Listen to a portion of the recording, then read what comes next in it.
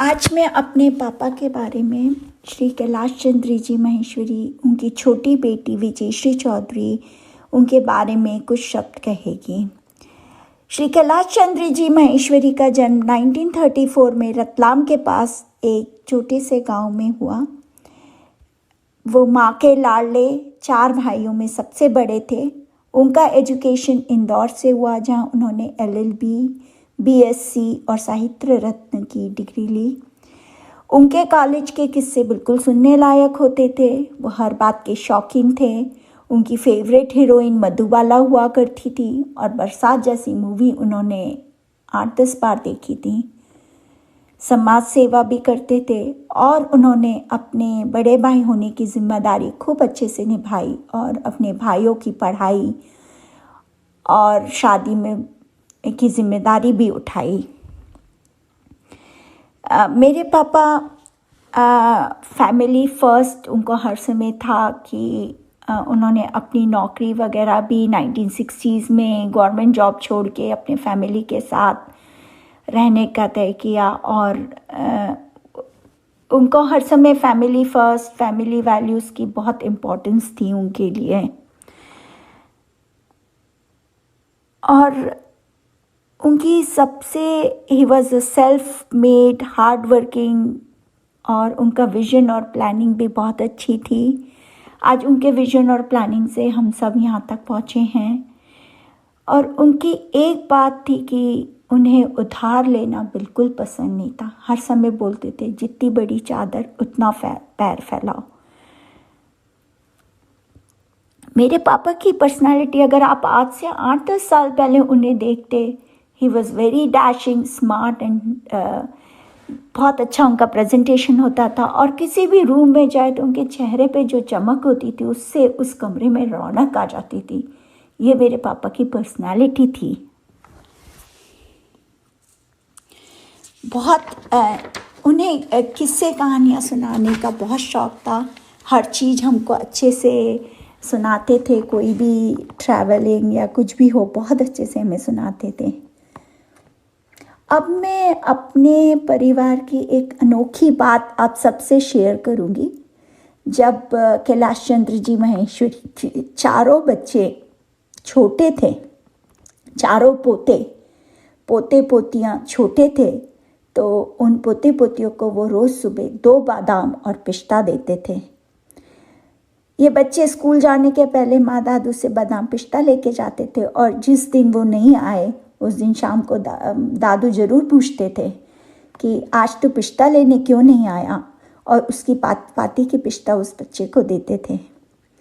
आगे जाके पिस्ता बादाम के नंबर बढ़ गए, पर इन 2 बादाम पिस्ता से शुरू हुई इनकी एक अनोखा रिश्ता जो माँ दादू और पोते पोतियों को बांध दिया। और आपको ऐसा अनोखा रिश्ता कहीं नहीं देखने को मिलेगा।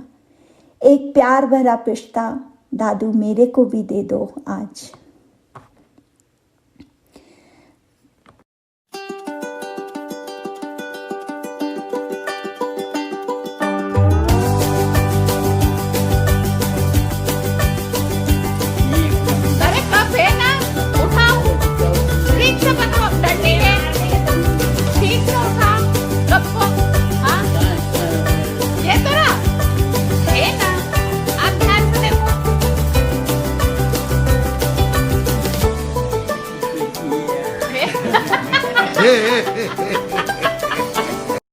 को न्यूमरोलॉजी का शौक़ था और उन्हें पूजा पाठ में गहरा विश्वास था।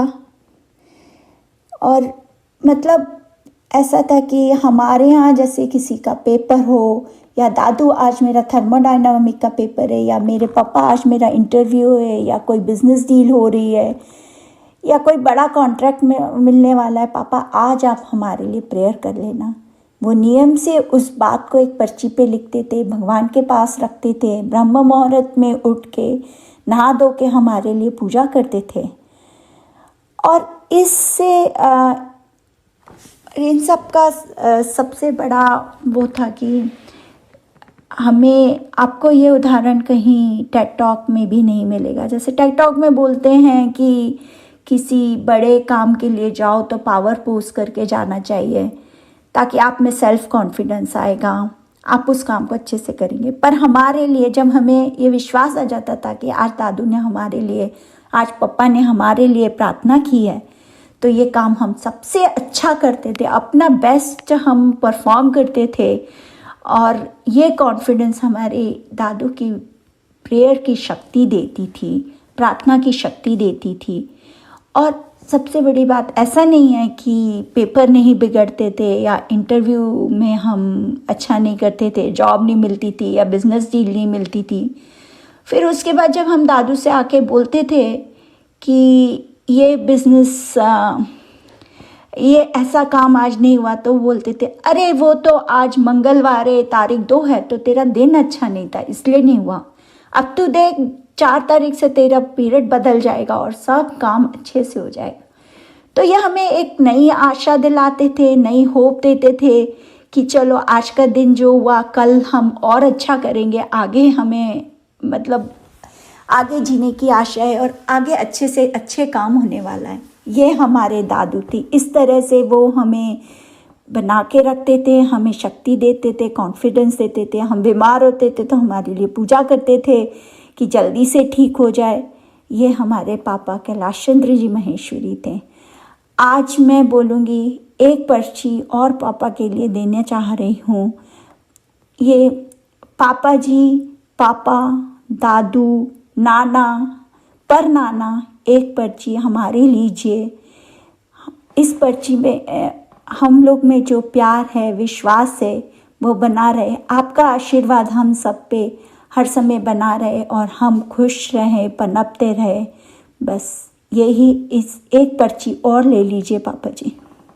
हम सबकी प्यारी महक महेश्वरी ने अपने दादाजी के लिए चारों पोते पोतियों के बिहाफ पे एक प्यारी सी कविता को रचना किया है और अब आप उसे उसी की आवाज़ में, महक की आवाज़ में सुनिए और एंजॉय करिए।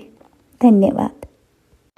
जब मैंने जिंदगी को पीछे मुड़कर देखा, धुंधली यादें याद आ गई, लिख रही हूँ उसी का लेखा।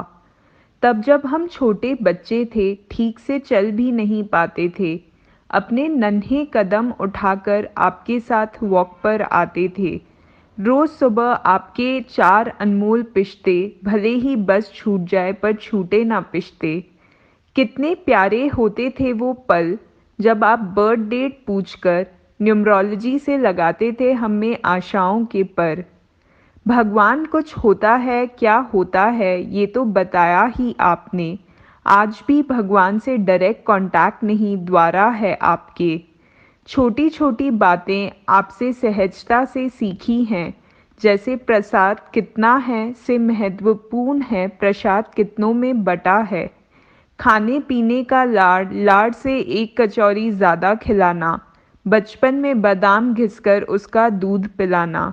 आज भी जब हॉस्टल में मकर संक्रांति और तीज भूल जाती हूँ, तब आपके फ़ोन से अपने त्यौहार की शुरुआत मैं करती हूँ। ऐसा आपका प्रेम है, शब्दों में क्या पिरोऊं। जेब में बटुआ होता है, अकाउंट में पैसे होते हैं, जब चाहे चॉकलेट खरीदते हैं, खाते हैं।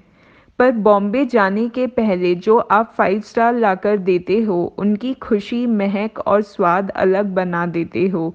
ये सब बातें वो हैं जो मेरे दिल के बहुत करीब हैं। इन यादों, इन संस्कारों के बिना हम सब बच्चे गरीब हैं।